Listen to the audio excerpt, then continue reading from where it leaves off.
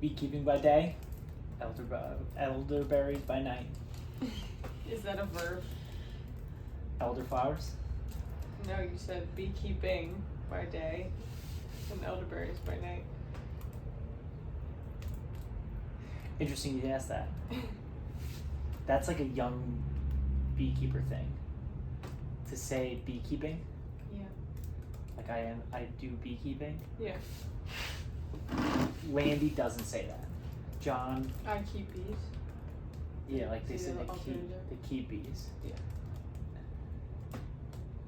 And which like prompted my whole article on the hyphenated beekeeper. Mm-hmm.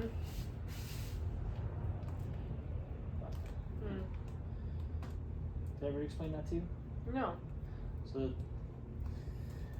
I wrote an article, it's on my website, making the case for the hyphenated beekeeper. Okay. So to spell it with a hyphen instead Yes. of one word. Yes. And the reason for that is then it opens up the possibility of having a hyphen and coming to the issue of bee having with a little bit more compassion.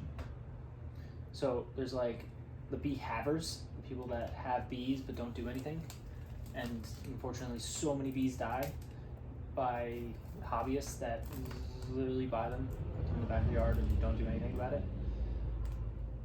And they think they're doing good, but they're not, and they're called bee havers. And I found Who created that concept? it just kind of came about. I don't know who would be the, Mm-hmm. but This is something that's talked about though. Where? In like the beekeepers. The beekeepers club. Beekeepers club, yeah. Yeah. And so I felt like Haters. Like people are just trying to. They're just new and they're just. I understand, but. Well, so I've been talking with a load of new bee havers. Yeah. Finding the bee havers. I was like, all right, so how do we get these people to keep bees better? Because they're not going to not. You know, they love them. But they're just not doing it well. And so Can you define that?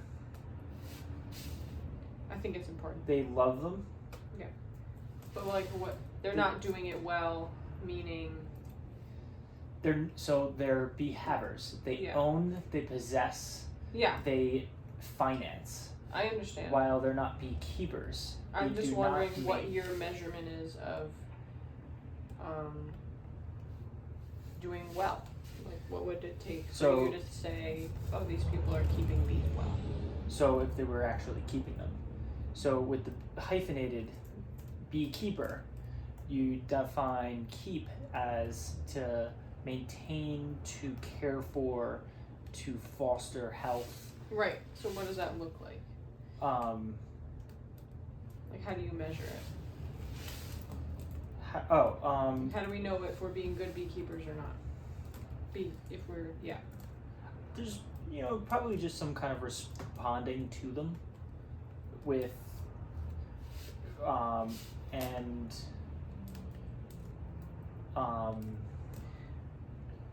responding to their needs and filling those needs. Right. Which people may think that they're doing. So I think I'm asking for something like that's more specific, like the next year they're surviving with like X amount of percent or surviving, or like this is the mite count. Or like this is how much honey we're getting, or this is how many splits. Hello. My wife gets this from you? Yes, this is fine. Sorry. Piper? No. I'm well, how are you?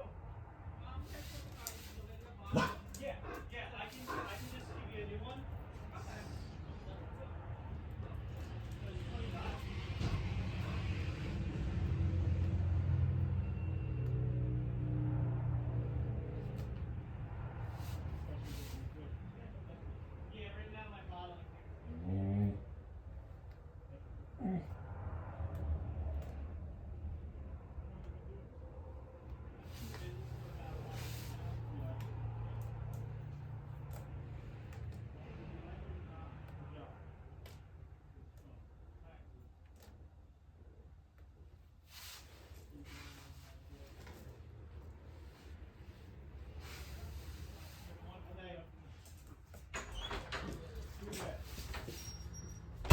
Did you monologue?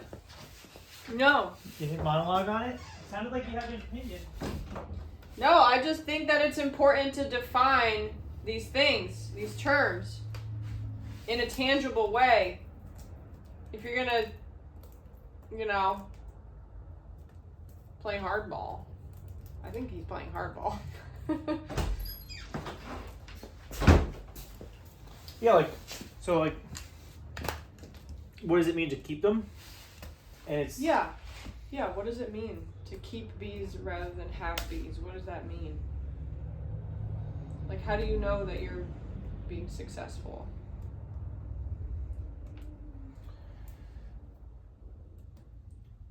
Well, first it would be living within the confines of the reality. And like the reality is without intervention, the bees are more likely than not going to die. Okay, so treating bees Just is part of beekeeping, you gotta, in your opinion. you gotta know where there's, but at the same time, there's probably, out of every 1,000, there was one study, out of every 1,000, there's probably 52 hives that don't need any treatment. Okay, So there was a guy in California, so everything with a grain of salt, but generally. but for 1,000 hours, 1,000 hours, you can test 1,000 hives as many times as you need to know what 52 don't need treatment. Okay, so And so, looking at them to determine their needs is okay. and so like right now, I'm feeding syrup. Not anymore. I'm done feeding syrup. It's just too cold. But I'm gonna be putting hard candy on them. So really light. Okay. And just being in tune with it. There's this assumption where we can put bees into a backyard and then harvest honey in the fall. Right. Okay, so your definition is really broad. So it's like, it's just inspecting them, clearly is part of the definition. And then discerning an action based on that. Mm-hmm. And so how many times do you think hives should be inspected a season? If you could put a number on it. To help, this is to help the bee havers, okay? Yeah, so this is actually something that I'd like to put together for my nukes. All my nuke customers are going to get a piece of paper that says something like this. Mm-hmm. How many times should you inspect? So state law says you have to do it at least 3 times. I think that's grossly too little. That just will prevent them from being a nuisance to your neighbor. Okay. But how many times should you be really looking at them? I think we might want to just finish this, like do the fine work real quick, And then, so you're installing the nuke.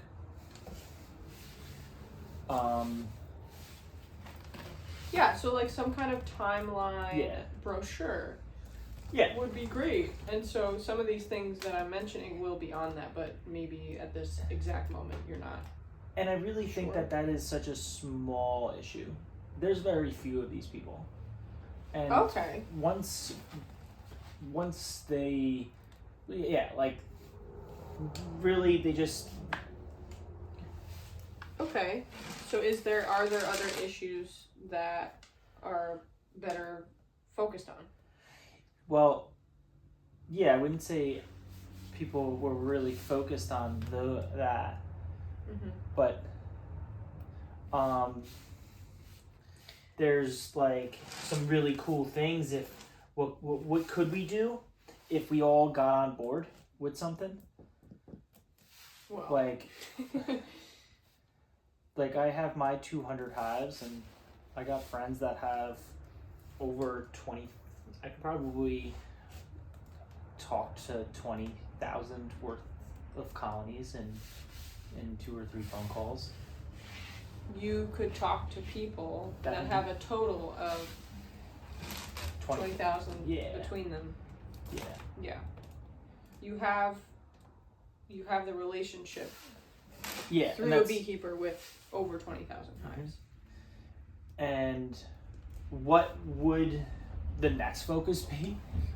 Oh man, well, we would. What was that? It seemed like It was a Amazon truck. Oh,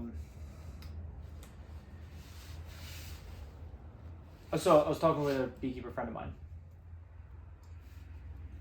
and he could probably spend $100,000 on any one of the mite treatments that he's using.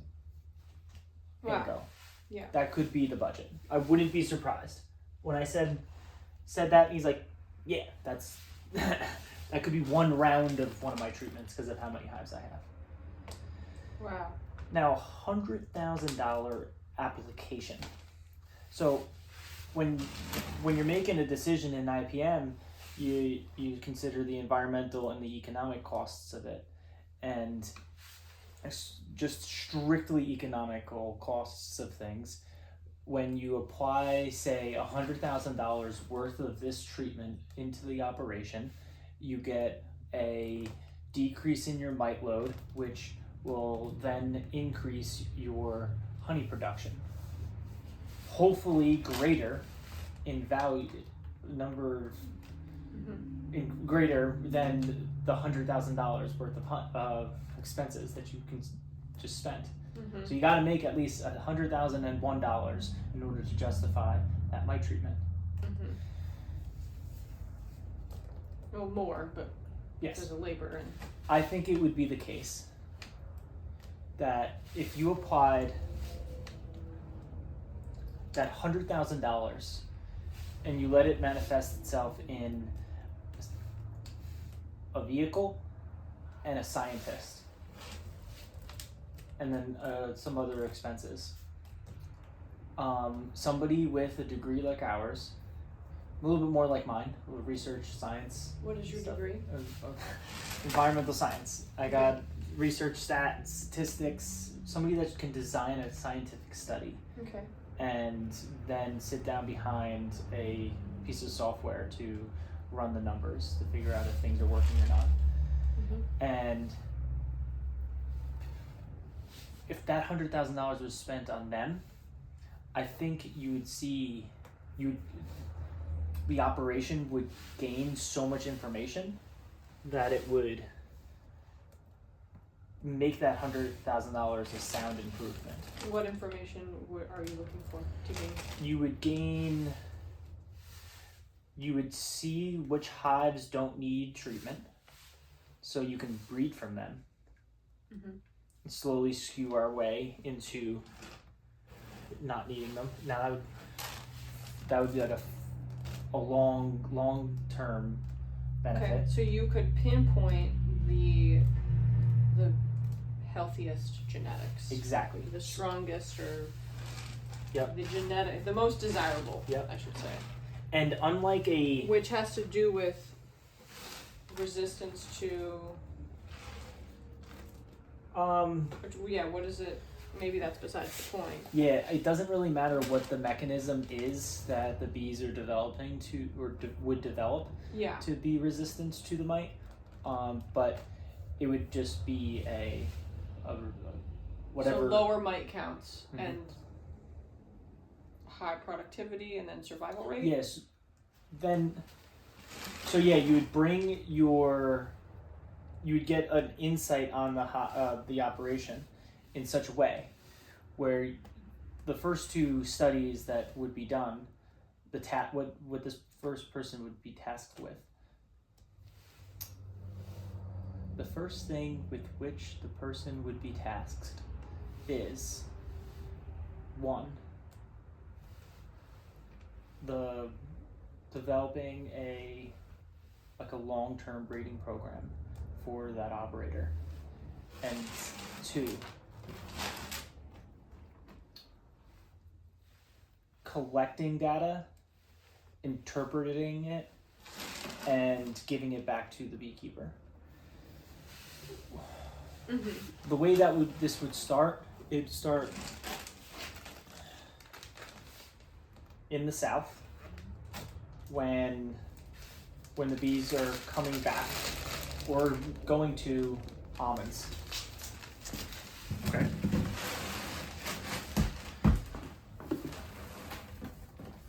And then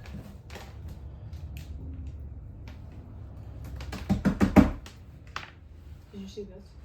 Interesting thing.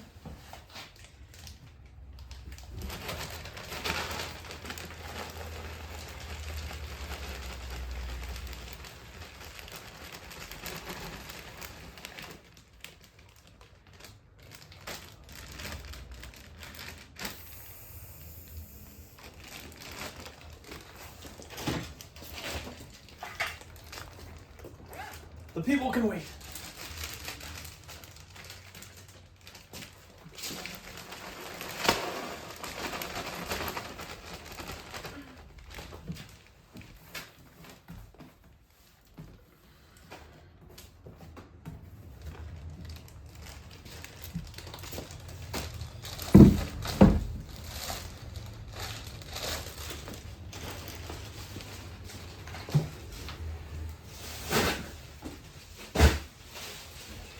My hair is falling out.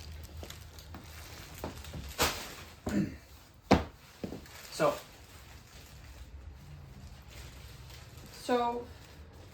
I think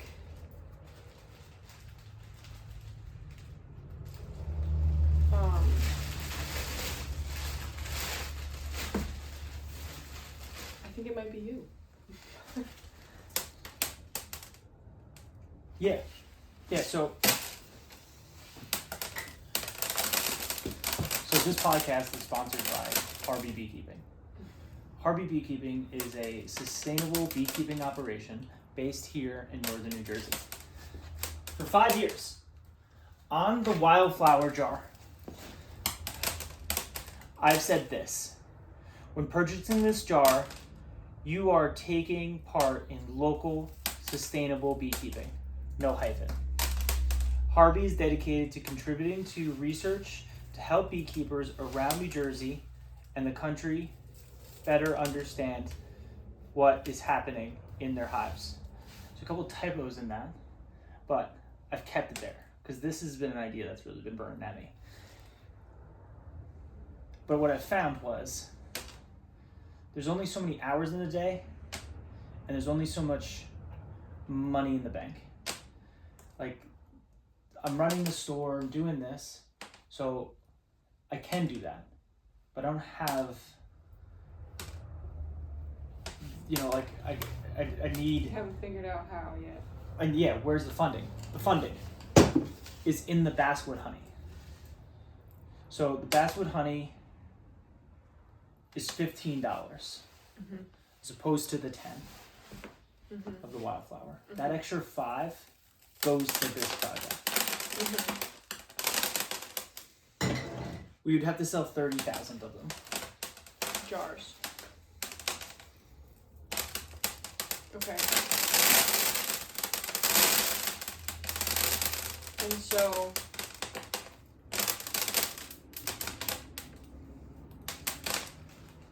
Hey, I'm not the marketing guy. I'll put you sound like the marketing guy. well yeah, that's why we're here. Yeah. We can all have great ideas. Like, you got this. What are we doing right here? Tell me about what we're doing here. Okay, we're gonna switch. We're gotta keep up with Patrick. It's very quick. Covers a lot of ground. Well, like, it's. Like, I'm not criticizing. Yeah. I'm telling the people things that I notice and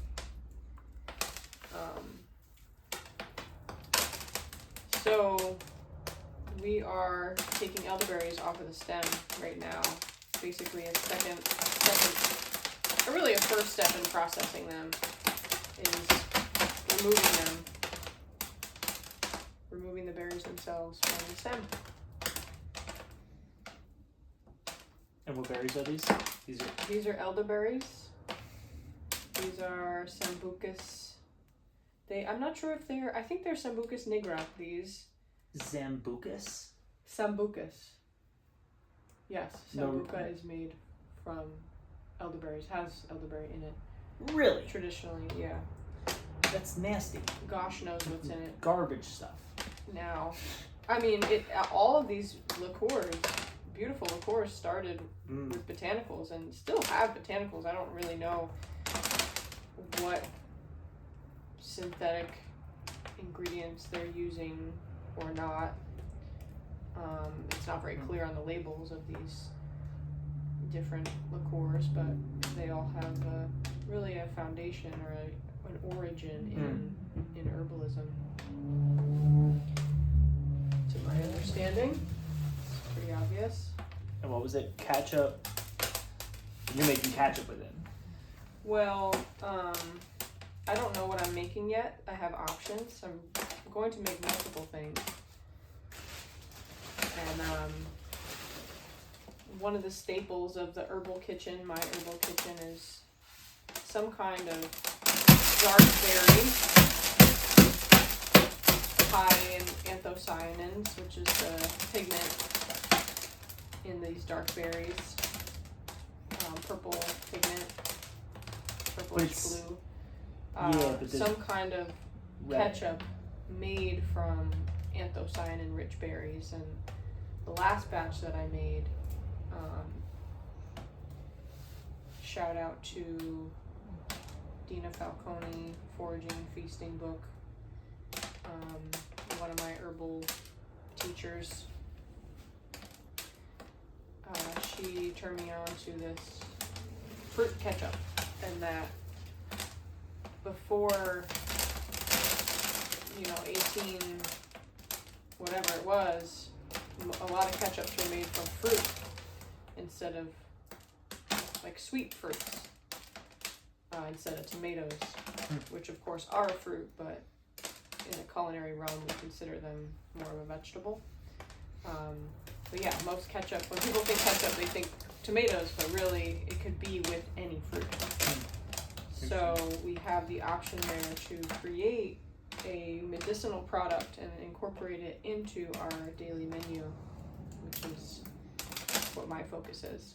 So this made... Say again? We have... incorporating it into your daily menu? Yeah, medicinal products into the daily menu. Medicinal ingredients. That's my focus, is incorporating these medicinal ingredients into the daily menu. What do you mean by medicinal? Medicinal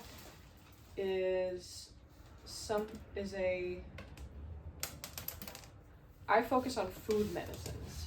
So what I mean by that is an ingredient that has both culinary and medicinal applications. And I focus on those ingredients, such as elderberries, such as burdock root, such as nettle, stinging nettle, such as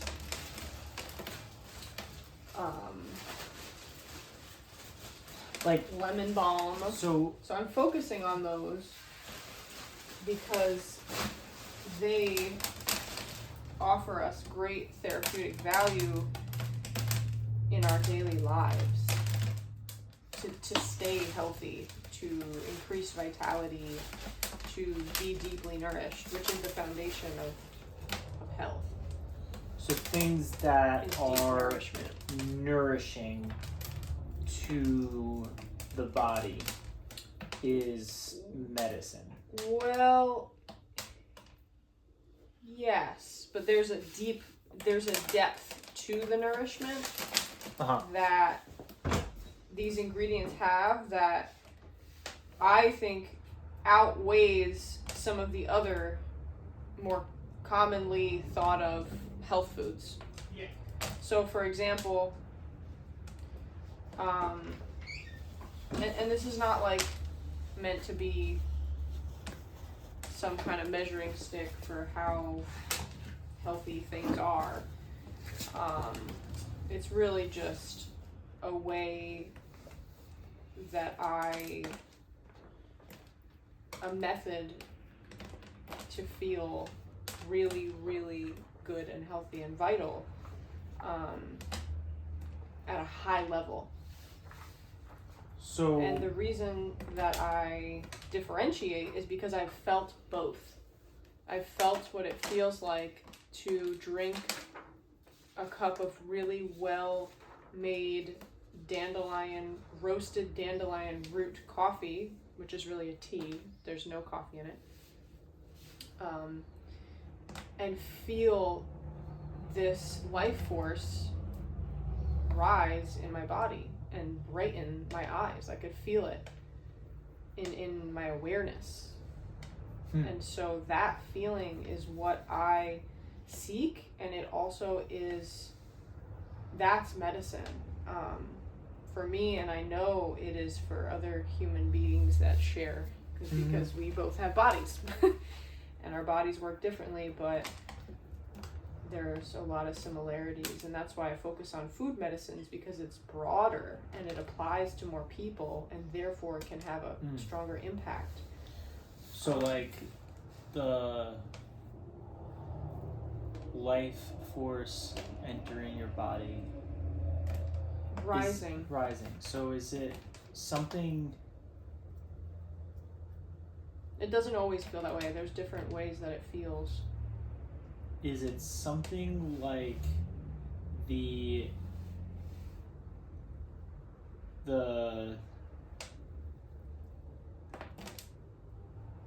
dandelion coffee triggered something in your body to produce something that it wasn't or hasn't been triggered before to produce?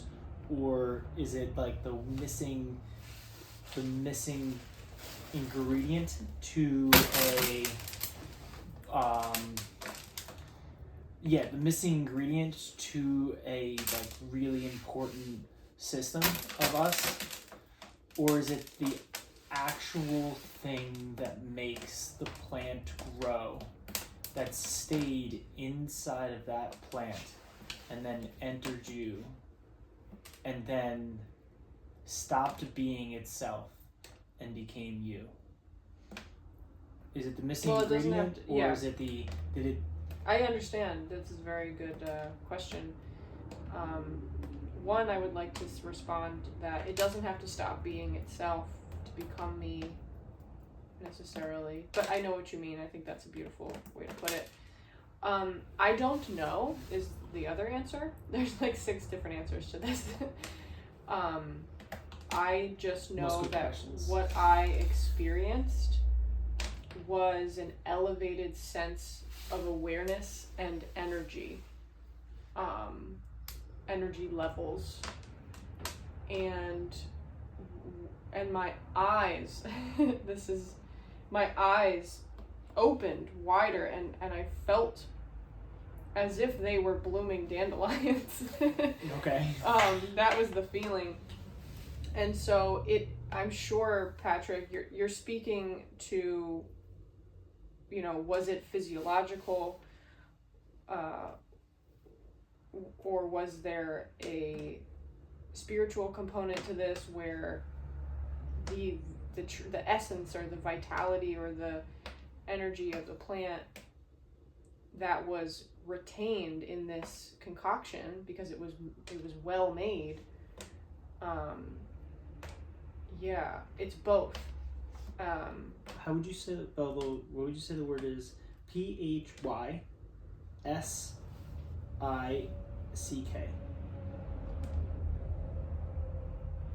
Or is it PHYFICK? Physic. Uh-huh. I thought it was like psychic. And I was like, am I reading this definition? It's that'd be worth interrupting. Or is it psychic? No, it's not. PH. It's PH. Physic, yeah, but spelled in a very old way with a CK. Having a power of physic. So that's medical. medicate, to tincture or impregnate with anything medicinal,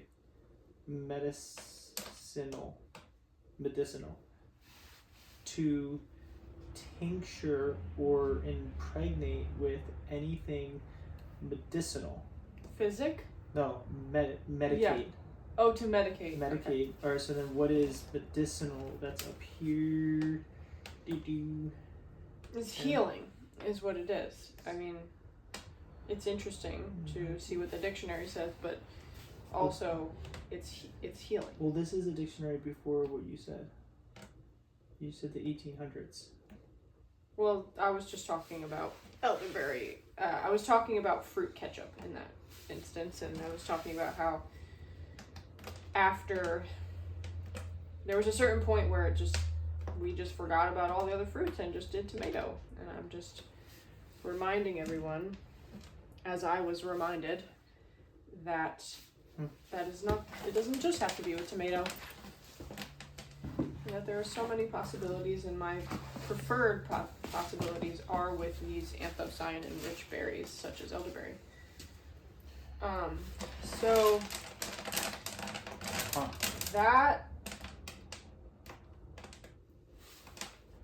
that is the feeling that allows us as humans, I think, allows me to function at my best. And so we can't create a new world. Some people may not think we need to, but we do. We can't create... Oh, jeez. We can't create the world that we want to see, Dude.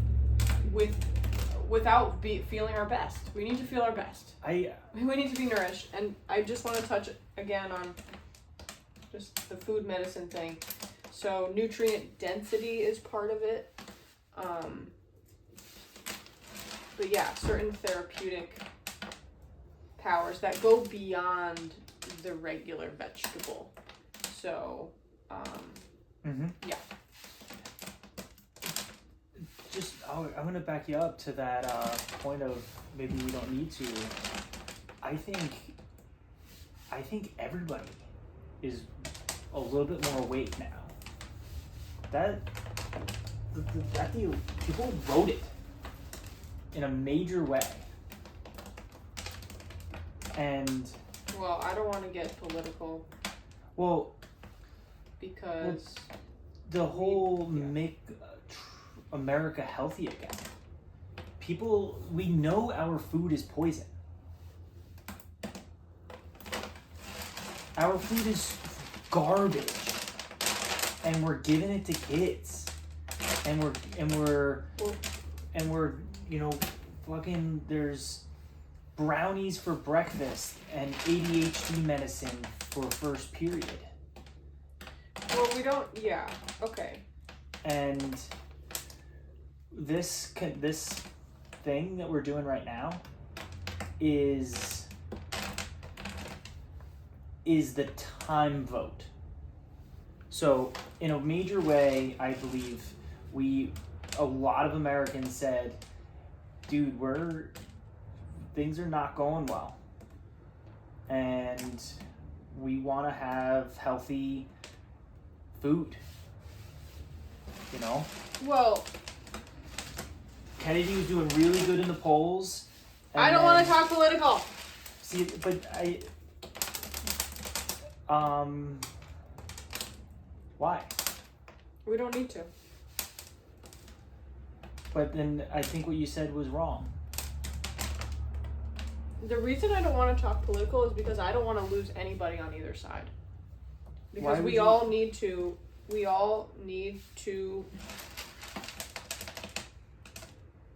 have conversations, and this is beyond, it's apolitical. No, but we do need to have conversations. Yeah, but I don't want to have a political conversation. We're not talking about politics, we're talking about people and the way that they think about food. And yeah, it involves Trump, and it's like, whoa. But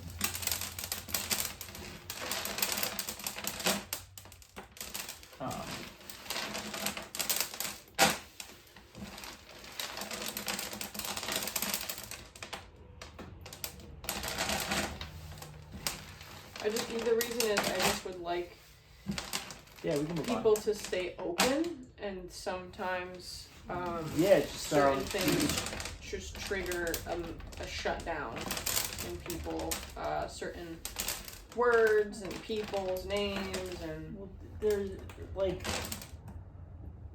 I guess I did that to you.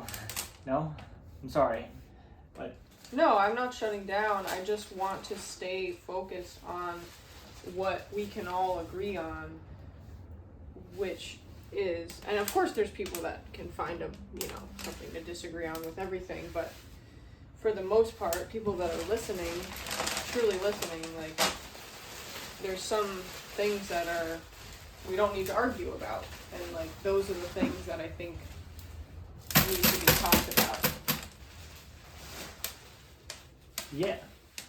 So that's where we're going. Yeah. And it's that food. We have garbage food in our supermarkets. Well, I think there's nuance there, and I think that's...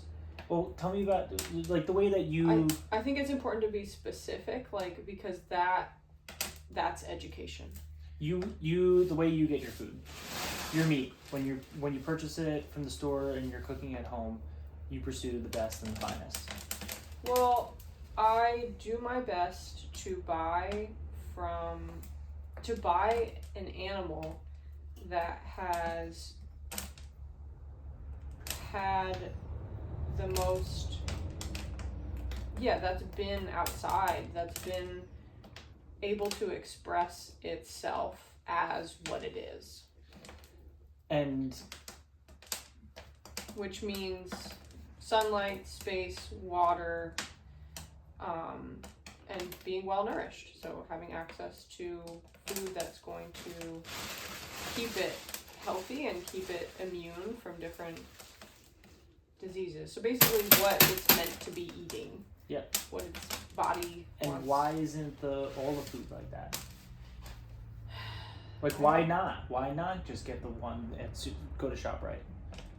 Well, this is also, I think, a little divisive. Like, I'm not. You can save $20. Because I know that animal has suffered in a way. Yeah, and I don't want to. Like, it's life. I think we're getting into, like, a little bit hot territory, and I don't want to go there, really. A little spicy. No, that's distracting. That's what I mean. No, like, but this is. I think it's distracting. I think it's distracting from the point, which is that we can all do things.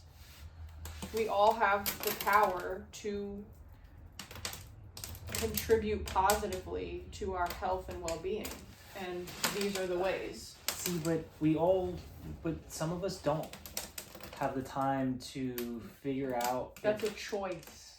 Some of us have families of 5 kids, and even more important. But that's a full-time job. It's not. It is. It doesn't have to be. And it's worth it. I think it's almost insensitive to a mother of 5 whose husband doesn't make enough money to provide for the 7 of them, that to say that it's not, it is easy. I didn't say it was easy. But it's not nothing, and it's time. And you have 10 pairs of hands. What do you think kids are for? But no, but really, what do you think kids are for? Why did people have so many kids back in the day? To help with work. There's no reason why that little workforce can't be leveraged to feed themselves and to create wellness within the family. But this is where I didn't want to go, and I could sense it going there with the, you know, why not go to ShopRite? I'm not trying to say, like, that what other people are doing is wrong. Well, that's important. Like, I'm just saying that this is what I have felt something in my body that is a wonderful feeling. Yeah, I don't think what they're doing is wrong. I think it could be better, though. And it could be better in this way. And But let me finish this. It could be better in the way that our food could just be better. Like, where it's not you're an expert in this field, and it's tough to understand. I have people that come in here and I explain to them what pollination is. I have people that come in here and I say, is it blueberry honey? And so it's like the blueberry honey is the nectar of blueberry bushes. What do you mean by that? Like, then I explain that, like, the bee visits the flower and collects the nectar, brings it back. I thought it was made out of pollen. Well, no, pollen's protein. And there's no way that they would know that. But it's like, without you. I know, but there's no way to know about this meat and that meat, and it's like so overwhelming in the food store. So how can we move forward with this in a productive way to give people information that's actually useful to them? I think that's my biggest drive, which is why, sometimes I'm like, asking you specifics and kind of like really trying to direct the conversation because I want this information to be useful to people. So I would say there would be two ways. One, to make unhealthy and dangerous food illegal. Fruit Loops is... That will never happen. No, Fruit Loops has just... And maybe shouldn't. No, listen. Fruit Loops sells a different Fruit Loop to Canadians. I know that this is but like if that's fucking crazy. I know. That's enough to take up arms and push against the government. Okay, you didn't have to go there. No, if they keep on poisoning us and letting it slide, we need to take responsibility for our own health. Yes. So that's why and stop there's California acting like and we can't read. Yes, so that this thing too. So you let me finish. Let me finish the thought before you butt in. The Fruit Loops is poisoning us, and it's not Canadians, and that's because the government allows it to happen. We can make that illegal. California did it. Texas is about to. All right, and I think with this new administration, that's on the forefront. Kennedy left his presidential run to join the Trump administration to make stuff like that happen. And on the second side of it, and now, like, do I have to give a bunch of disclaimers for the sensitive people? Like, okay, yes, he's insensitive and he doesn't care about your feelings, but like, the world is a mean and nasty place and no one cares about your feelings. That's not true. That's not true. And you can't say that like it's truth. But like, unless you're family members, you like That's an aspect to human existence. I know, but like you're gonna get offended, and people gotta listen to what people mean and not exactly what they say. Like fucking Trump said he was gonna purge certain this and that. And like when Hitler purged, he literally slit the throats of other human beings. We just don't need to go here. And like that's not what he meant. But it is our responsibility, especially in roles of great power,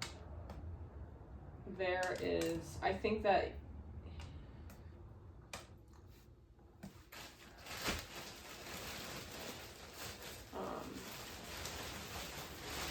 it's important to stay humble. Yeah.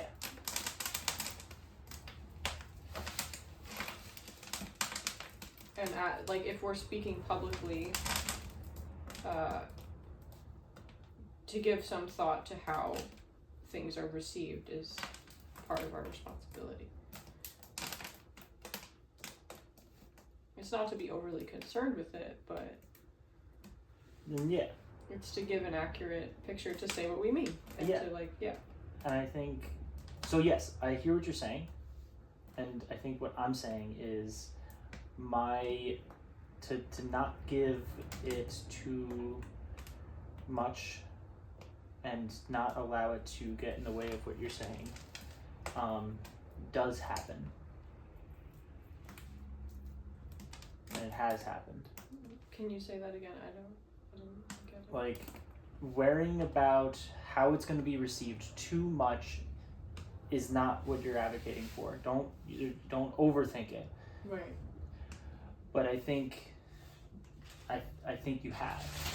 And I think that you've done the opposite and like said things that you don't know, and Like what? so I think that we need to meet in the middle, and that's what Like what? I think we need to. I think I'm being this way because I think you're too much the other way, and But like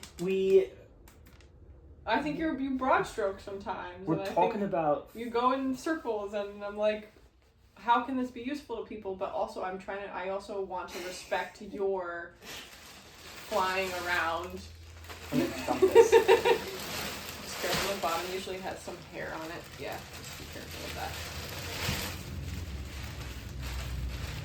Yeah, so I'm trying to be like,